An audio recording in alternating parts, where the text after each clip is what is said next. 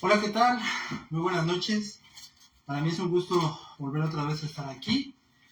Y como lo pueden ver, hoy estaremos estudiando el libro del Génesis, el cual empezaremos esta noche con el libro de Génesis. ¿Por qué libros, no temas? Porque lo que Dios nos dio fueron libros, no fueron temas. Lo que Dios quiso que su pueblo tuviera fueron libros. Así que por eso hoy empezaremos con este libro, el Génesis, versículo a versículo. Y antes de empezar, quisiera ya dar unos agradecimientos especiales a mi profesor en teología, el pastor Héctor Brum. Principalmente quiero darle las gracias por este libro que me dio. 12 hombres, bastante buena lectura. Por esta Biblia también. Es una Biblia, palabra de aliento, de un gran autor, Max Lucado. Y también, muchas gracias por esto. La Biblia de la enfermedad para todos los enfermos y la Biblia de la prisión para predicar a todos los presos, que están en la cárcel. Y finalmente, todos fueron muy buenos regalos, pero este creo que fue, para mí me encantó mucho este regalo. Uno de los mejores, la verdad. Y pues muchas gracias le doy a él porque ha sido un gran apoyo para mí. Es mi pastor, la verdad yo lo admiro, lo quiero mucho. Y como profesor, ni se diga, fue uno de los que más me hizo amar más la teología y entender todavía más el sentido de la predicación. Muchas gracias, pastor. Bien, pues, Génesis 1:1. En el principio, Génesis 1, del 1 al 2. En el principio creó Dios los cielos y la tierra estaba desordenada y vacía, y las tinieblas estaban sobre la faz del abismo, y el Espíritu de Dios se movía sobre la faz de la tierra. El comienzo. Ese es el comienzo del plan de Dios para remendarnos la encarnación de lo más hermoso, importante y glorioso que es Jesucristo. Y pues hoy veremos el propósito de este libro, cómo el Señor Jesucristo está presente en un libro en el cual aparentemente Él no tiene cabida, pero cómo Él está presente desde el momento en el que el plan de Dios comienza. Cómo Dios es el arquitecto de todas las cosas, el constructor, y también es el ingeniero, es el diseñador perfecto de todo el universo, de todos los planetas, en este caso del planeta Tierra, cómo es el Señor de todo, y cómo vemos su plan haciéndose efectivo. El Génesis empieza con las palabras claves, Bereshit, en el principio, que es el nombre de Génesis, que significa, que deriva de la palabra y también se halla en la traducción latina, y mucho del libro del Génesis trata acerca de los orígenes, por eso es Génesis, comienzo. La palabra en hebreo que quiere decir perfección de Dios, que es lo que vemos a raíz de esta palabra. Génesis contiene todas las generaciones de la historia humana. Hay 10 generaciones perfectamente anotadas que son completamente bíblicas y que cada una de ellas nos muestra cómo trazadamente está la palabra de Dios, está trazadamente todas las personas que tuvieron que ver, que tendrían que ver, y que todo terminaría en el nacimiento de Jesucristo. Cada una de las genealogías que están en la Biblia tienen un principio, que es hacer que a través de todas esas genealogías venga Jesucristo. Se menciona Adán, la genealogía de Adán, la genealogía de Noé, la genealogía de los hijos de Noé, que vendrían siendo Sem, Taré. Se menciona a Ismael, hijo de Abraham, a Isaac, hijo de Abraham, a Esaú y a Jacob. Y todas las personas que tendrán parte en la Biblia. Los capítulos 1 al 11 abarcan la creación y la caída del hombre, el diluvio y la expansión de las naciones, y en el capítulo 12 cómo Dios escogió a Abraham para ser el padre de la raza judía.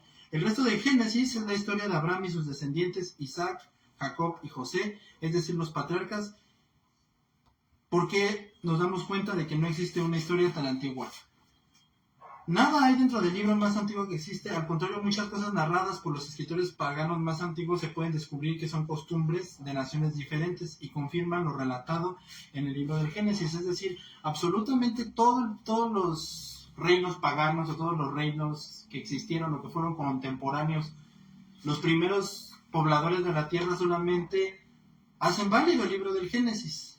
Los babilónicos, los egipcios, todos los grandes reinos solamente validan aún más el libro del Génesis.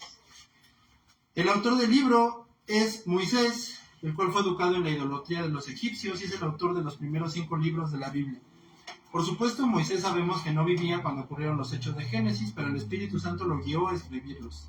Cristo creyó firmemente que Moisés escribió los libros que se le asignan. Mucho ha habido acerca de que no es que fueron algunos escritores más, fueron después, años después del libro del Génesis, pero la realidad es que fue claramente Moisés. ¿Por qué? Porque Jesucristo lo demuestra. El propósito del libro del Génesis es este. Los primeros 11 capítulos son generales y no tienen mucho detalle, mientras que el resto del libro, empezando con el capítulo 12, memoriza la vida de 4 hombres, Abraham, Isaac y Jacob, y se refiere a la tierra de Israel en particular. Esto sugiere claramente que el propósito del libro es explicar los comienzos del hombre y el plan divino de la nación de Israel, la cual sería para la gloria de Dios. Ese es el significado de por qué Israel aparece tan frecuentemente en la Biblia. Para la gloria de Dios, esta nación.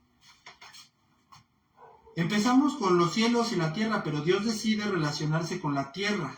¿Por qué Dios decide relacionarse con la tierra? El inicio del programa de Dios en la tierra y con el hombre de entre los hijos de Adán es porque Dios selecciona a Set de los muchos descendientes de Noé y elige a Sem y por último a Abraham, y Abraham tiene muchos hijos, pero Isaac es el hijo escogido, es la persona que Dios a través de él se escogerá para que venga el nacimiento del Señor Jesucristo. Y todo esto solamente revela la elección de la gracia de Dios. Y bueno, finalmente, ¿cómo está Cristo en Génesis? Como lo hemos venido hablando desde que empezamos, Cristo se halla en todas las Escrituras.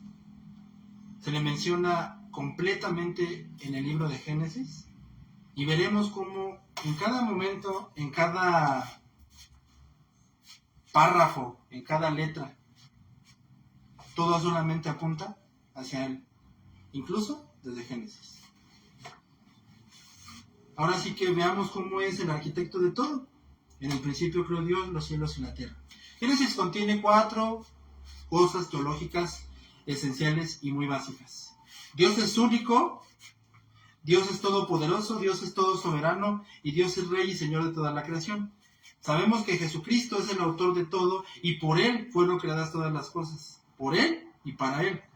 Y Él a través de Génesis no busca que le crean, no busca demostrar nada.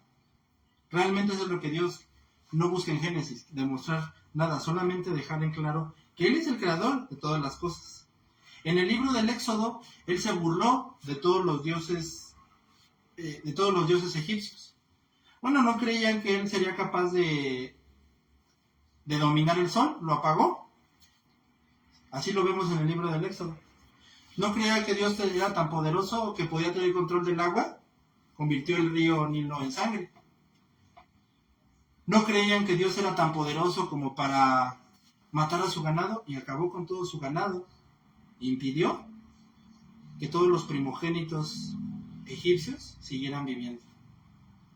De todas las maneras posibles, les demostró a los egipcios, así como se los demuestra hoy en día al mundo, que Él está al control de todo y que Él puede hacer lo que quiera en el momento que le plazca, porque para ello Él es Dios. Génesis mantiene la palabra crear, que en hebreo es la palabra bara, que es crear de la nada. La primera vez que encontramos esta frase, en el principio creó Dios los cielos y la tierra, es cuando dice, creó Dios los grandes monstruos marinos. Es decir, creó Dios todos los grandes animales de la tierra, las grandes creaciones del mar fueron creadas de la nada. Simplemente Dios habló y dijo, sean creados. Cuando el hombre fue creado, el primer hombre de la tierra fue creado, Adán, fue creado de la misma manera, fue formado de la misma manera, de la nada. Dios afirma, yo creé todo, Dios habló, fueron creadas todas estas magnitudes. No temamos la gloria de Dios. No temamos de ninguna manera, no, y confiemos absolutamente, porque eso es confiar en la gracia y en la gloria de Dios. Confiar que Dios tiene todo bajo su control, confiar que Dios tiene todo bajo su mando y que absolutamente ninguna de las cosas está fuera de su control. Todo está en el perfecto control de Dios. La tierra parece separada del resto de la creación.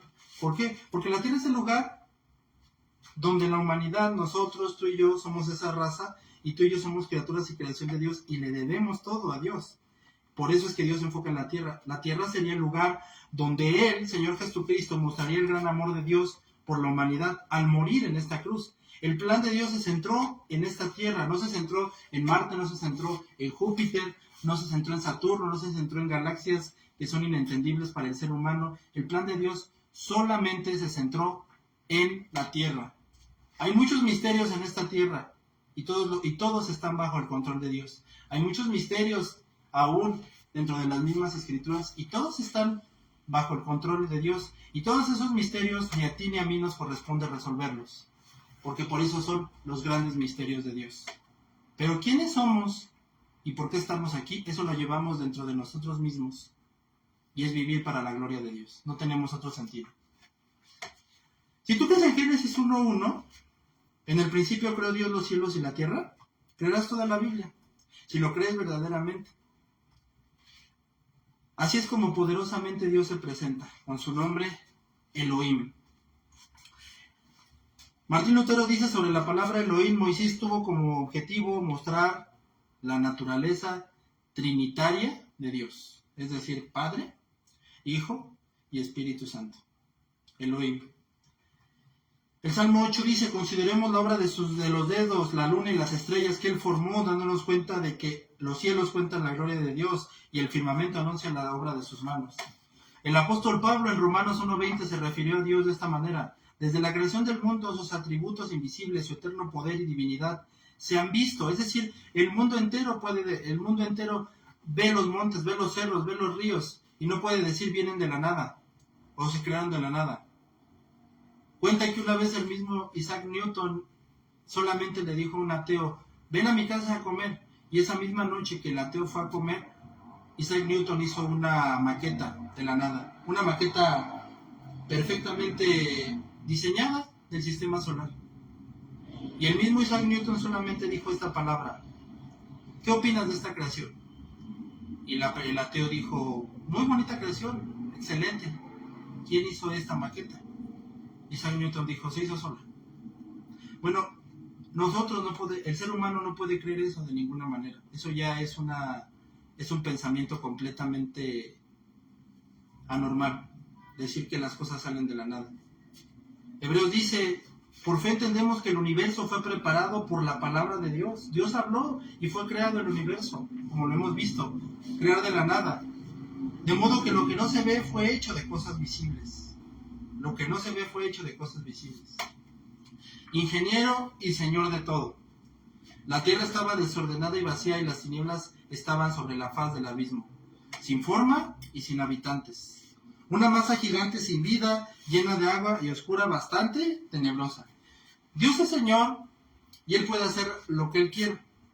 Hay muchas falsas enseñanzas a través de este texto, que la tierra estaba desordenada y vacía y las tinieblas estaban sobre la faz del abismo, en las cuales se refieren a que Dios mismo, que ya el mismo Satanás estaba en operación, que el mismo Dios estaba en una guerra cósmica contra... La Biblia no respalda de ninguna manera esas ideas. La Biblia en ningún momento deja ver esas ideas, y la Biblia mucho menos está de acuerdo con esas cosas. La Biblia deja muy en claro que Dios permitió todas estas cosas, que es verdad que Él permitió simplemente que hubiera una masa llena de agua, llena de tinieblas, y eso era lo que en un principio fue la tierra, antes de que siquiera hubiera un gramo de tierra. Eso era antes de todo. ¿Por qué? Porque sencillamente no es estar en desacuerdo, simplemente Dios es Dios. El problema del ser humano, porque aquí es donde entran las cosas, es que muchas personas que quieren demostrar de una manera poderosa, grande y fuerte, intelectual, y llegar a un nivel poderoso y decir yo he ganado debates, yo he vencido ateos, es sencillamente que quieren bajo argumentos humanos burlarse de los mismos ateos. Y Dios de ninguna manera permitió ni llamó a eso.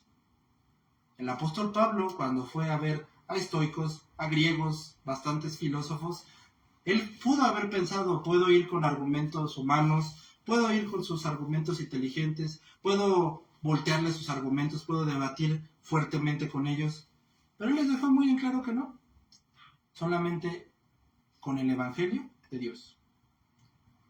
Jesús se va de esta tierra y ordena claramente, prediquen el evangelio. No existe otra manera para llegar al corazón del hombre, porque el problema del ser humano nunca va a ser la mente, es el corazón. Es inútil las diversas maneras que científicamente se han inventado para probarle al ser humano que Dios existe. Recuerdo el gran evangelista Billy Graham en una ocasión dijo, ¿por qué? Dijo, ¿nos puedes probar que Dios existe? No, yo no puedo meter a Dios en un tubo de ensayo. Y yo no busco que demostrar a Dios, solamente busco que lo creas. Y eso no existe de otra manera más que por medio de la palabra de Dios. Así que humanamente, científicamente, probar que Dios existe es no tiene ningún sentido, porque el ser humano no tiene ningún sentido, ya que el problema del ser humano, lo vuelvo a repetir, no está aquí, está aquí. No es de que si yo le demuestro que existe, tú le puedes demostrar que existe, eso no va a servir de absolutamente nada, porque Él no se va a convertir por eso, jamás se va a convertir por pruebas humanas. Lo único que va a hacer es el evangelio.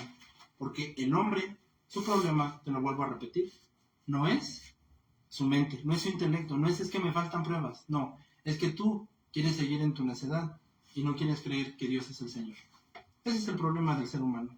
No tiene ningún caso ni sentido mostrar pruebas científicas, porque el problema no es ese. El problema es que no quiere dejar su necedad y aceptar a Dios. Prefiere seguir en su error. Y esto aplica para la Biblia. Mucha gente llama a decir es que la Biblia es difícil, es que no la leo porque no la entiendo. La Biblia no es difícil. Jesús es tu único Salvador, tú y yo un pecador perdido. ¿Qué tiene de difícil eso? Pero hoy en día el mundo por sus actos se dirige completamente a su juicio. Políticos han permitido tantas depravaciones, tantas falsedades, tantas cosas inmoralmente correctas en el código humano del ser humano, y lo han permitido. Y el mundo cada día más se dirige a su juicio. Hoy hay tanta hipocresía, falsedades, blasfemias, hostilidad hacia Dios, y lo mejor que podrías elegir, te lo digo así, querido amigo, persona, hermano, familiar, lo mejor que puedes hacer como ser humano es elegir públicamente al Señor Jesucristo y vivir para Él. Creer que Dios, el Padre Todopoderoso, es el creador del cielo y de la tierra, y recibir a su Hijo Jesucristo. Ese es el privilegio más magnífico que tú y yo tenemos hoy en día.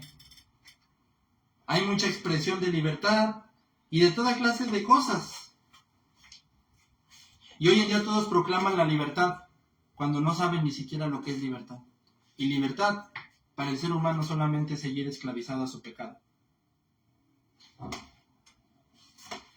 La única libertad que existe es la que nos da el Señor Jesucristo, para vivir completa y absolutamente para Él.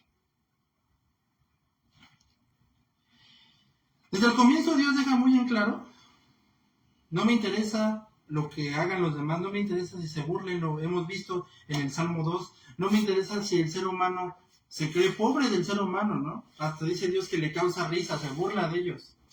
Me mata de risa, dice Dios, que el ser humano se crea más superior que yo.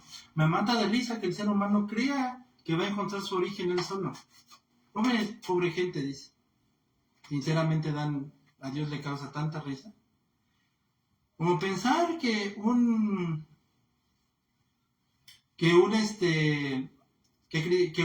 jugador llanero llegara con Cristiano Ronaldo y le dijera, yo soy mejor jugador que tú.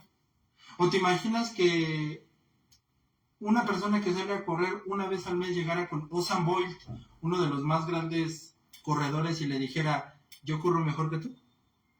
La verdad es que está para morirse de la risa, y eso es lo que Dios deja muy en claro. Pero Dios lo vuelve a repetir y lo vuelve a decir reiteradas veces, como lo dice en Apocalipsis: digno eres, Señor Dios nuestro, de recibir la gloria y el honor y el poder. ¿Por qué es digno de recibir Dios la honra y el poder? Porque Él creó todas las cosas y por su voluntad existen. Ahora bien, fue necesario sobre esa masa negra llena de agua, completamente oscura, que el movimiento del Espíritu Santo tuviera lugar, y por medio de la luz del Espíritu Santo alumbrar. Los judíos, en su cultura, el mar es significado de terror y oscuridad, pero el Espíritu Santo resplandeció en toda esa oscuridad para desde el principio mostrar que por medio de él llegaría la única luz al mundo. Este es el mensaje que hemos oído de él, dice Primera de Juan: Dios es luz y no hay ninguna tinieblas en él. Y si decimos que tenemos comunión con él y andamos en tinieblas, mentimos y no practicamos la verdad. Pero si andamos en luz, como él está en luz, y tenemos comunión unos con otros, la sangre de Cristo Jesús nos limpia de todo pecado. Esa luz por la cual el Espíritu Santo iba a hacer que alumbrara, esa luz era el Señor Jesucristo, el cual hizo a un lado todas esas tinieblas. Así como la energía eléctrica, la luz avanza dispersando a las tinieblas, mostrando esa gran diferencia, porque las tinieblas son estáticas, ahí se quedan, pero tú le echas luz y se retiran. La luz siempre avanza, las tinieblas son estáticas. Así que como seguidores de Cristo Jesús, eso es lo que nos toca, seguir adelante. Tal cual como lo dice Apocalipsis, siempre seguirlo, haciendo a un lado todas esas tinieblas. Y todo esto apunta al famoso credo, uno de los primeros credos o confesiones de fe. Creo en Dios Padre Todopoderoso, Creador del cielo y de la tierra. No imponiendo ninguna doctrina, simple y sencillamente diciendo lo que este libro dice. Dios, en todos sus libros, desde Éxodo hasta Apocalipsis, deja un punto: por amor de su nombre, para gloria de él. Génesis empieza diciendo, no mostrando de inmediato su gloria, pero sí su amor por nosotros, su amor por ti y por mí. El plan de Dios. Y el Espíritu de Dios se movía sobre la faz de las aguas. Toda la Trinidad, Padre, Hijo y Espíritu Santo, participaron en la creación. Se describe una turbulencia de aguas sobre las cuales el Espíritu de Dios se movía, protegiendo y participando en la obra creadora. Por eso el primer acto divino es acondicionar este planeta para que el hombre pueda habitar. Esto era un caos. Esta tierra no era inhabitable cuando Dios empezó a formar esta tierra. ¿Por qué era así? Sencillamente, ¿qué podemos ver? Nos damos cuenta que Dios empieza de menos a más. Jamás, no esperemos de ninguna manera empezar en nada especial, precisamente con Dios, empezar desde abajo, desde arriba, y ahí empezar. Empiezas desde abajo y vas subiendo si verdaderamente estás llamado por Dios, si verdaderamente Dios está haciendo algo sobre ti y si verdaderamente estás dispuesto a soportar el proceso. Si no, no lo hagas, sencillamente. Fue necesario que el movimiento del Espíritu de Dios aleteara para mostrarnos que Dios no está lejos de nosotros, sino que Él está aquí. Él se movía como el pájaro mueve sus alas sobre sus crías. ¿Para qué lo hace? Deuteronomio 32:11 lo describe. Dice que Él hace esos movimientos significando protección, madurez y amor. Protección, madurez y amor. Cuando Él hace eso, el águila revolotea, ahuyentando a todas las cosas que pudieran hacerle daño a su pequeño. Revolotea para que el ave caiga del nido y aprenda a volar. Y entonces madure. Y así verdaderamente demostrar que en realidad lo ama. Si Dios no nos hiciera madurar, si como dice el libro de Jeremías, no nos hiciera poner nuestro yugo desde joven, que es como dice, bienaventurado el que desde joven trae un yugo, ¡qué bueno! que desde que eras un joven, desde que eras pequeño, aprendiste a tomar el yugo. Aprendiste a saber, aprendiste a tomar tu cruz, como dice la palabra. El que no toma su cruz no es digno de mí. Qué bueno que desde ahorita aprendiste a tomar tu cruz. Qué bueno, dice Dios, me da mucho gusto que hayas aprendido eso. Para que así aprendas a madurar en el camino. Pero que sobre todo hay algo muy importante. Cuando las águilas hacen ese proceso de que el polluelo madure, dejan algo muy en claro. Si el polluelo está a punto de caer y de estrellarse contra el suelo, y el águila ve que está a punto de morir su bebé, lo va a rescatar. Así Dios a todos los que hemos creído en Él, y a todos los que crean en Él y crean en su palabra, y se arrepientan de sus pecados, les prometes que hasta el último día de sus vidas Él estará con ellos. Y jamás los va a abandonar. Tu salvación y la mía no están a discusión si en verdad te hemos creído. Por eso nos protegerá. Asimismo, cuando el pueblo de Egipto en el libro del Éxodo salió de Egipto, Dios los educó y los amansó como un águila. De la misma manera los cuidó y los amó. Así bien, el Espíritu Santo estaba listo para entrar a esta tierra y así proteger la salvación de cada creyente hasta el último día. El Espíritu Santo es como se le menciona como las arras de nuestra herencia, un anillo, como nuestro sello hasta el último día, como la promesa de que Dios nos ha dicho lo que te dije hace un momento: si en verdad has creído, hasta el último día serás mi hijo, hasta el último día. Si en verdad eres cristiano y si en verdad has creído que Jesús es el Señor. Es imposible que un verdadero creyente pierda su salvación. Si te comprometes con Jesucristo, nunca lo vas a abandonar. Ahora, si lo haces, tu cristianismo es un fraude. Nunca fuiste cristiano. Si tú te apartas del camino, te lo vuelvo a repetir, nunca fuiste cristiano. Ese ha sido el dilema. Entonces, ¿qué pasa si un cristiano se aparta? ¿Perdió su salvación? No, nunca la tuvo. La salvación solo es de Dios. Nosotros no podemos intervenir en nuestra salvación, como tantas veces le hemos dicho. No es el hombre 50-50, o Dios, mira, tú me echas una mano y yo te ayudo una mano. Es 100% Dios, dándonos la salvación y cuidándonos hasta el último día, como lo hace un águila con sus polluelos. En este plan, ¿qué hace el Espíritu Santo cuando crea, acondiciona para que el hombre viva? El hombre jamás participa.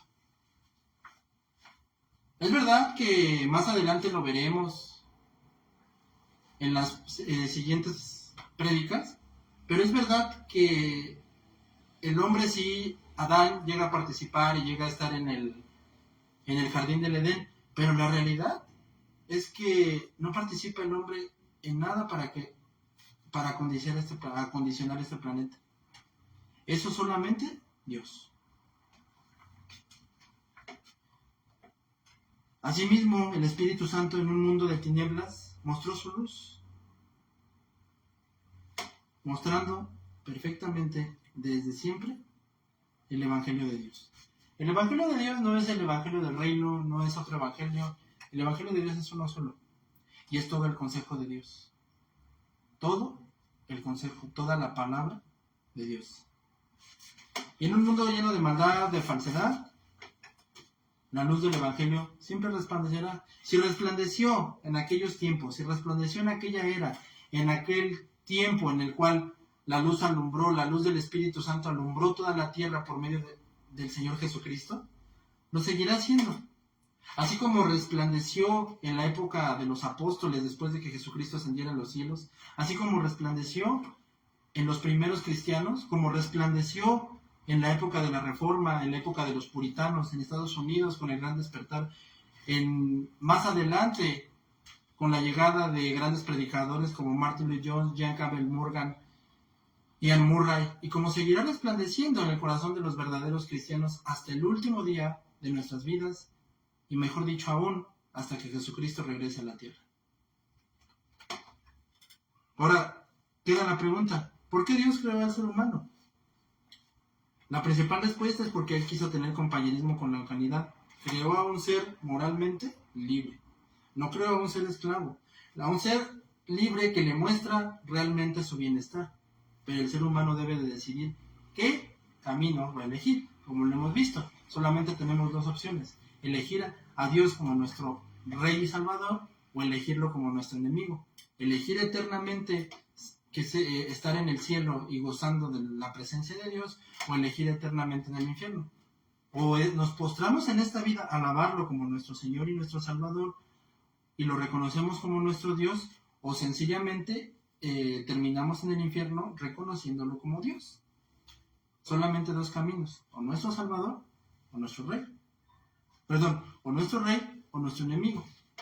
No hay más. O pagaremos nuestros pecados confiando en Cristo, confío que Él es el único que puede salvarme, o termino en el infierno. Solamente dos caminos. Jesucristo mi Señor o nada más. Y yo te lo digo claramente, no existen más caminos, solamente uno, que es Cristo. Fuera de Él no tenemos nada. Una vez un gran predicador decía que en una ocasión un muchacho se le acercó y le dijo, Cristo es lo mejor que tenemos. Y él le dijo, no hijo, te equivocas. Cristo no es lo mejor que tienes, Cristo es lo único que tienes. Te lo vuelvo a repetir, no hay más, solamente es Cristo. Pero la mayor razón por la que Dios creó el universo fue para su propia gloria. Los ángeles, dice incluso el libro de Job, que cantaron por la creación. Cantaban juntas las estrellas del alba y todos los hijos de Dios gritaban de gozo. Cuando Dios terminó de crear esta tierra, es más, desde el momento en el que Dios empezó a formar esta tierra, los mismos santos ángeles alabaron y glorificaron, no a la creación, alabaron y glorificaron al Creador. Una alabanza hermosa, ninguna orquesta jamás, la mejor que pueda haber en esta tierra, se comparará con la alabanza tan preciosa que hubo en ese momento. La verdad, algo excelente.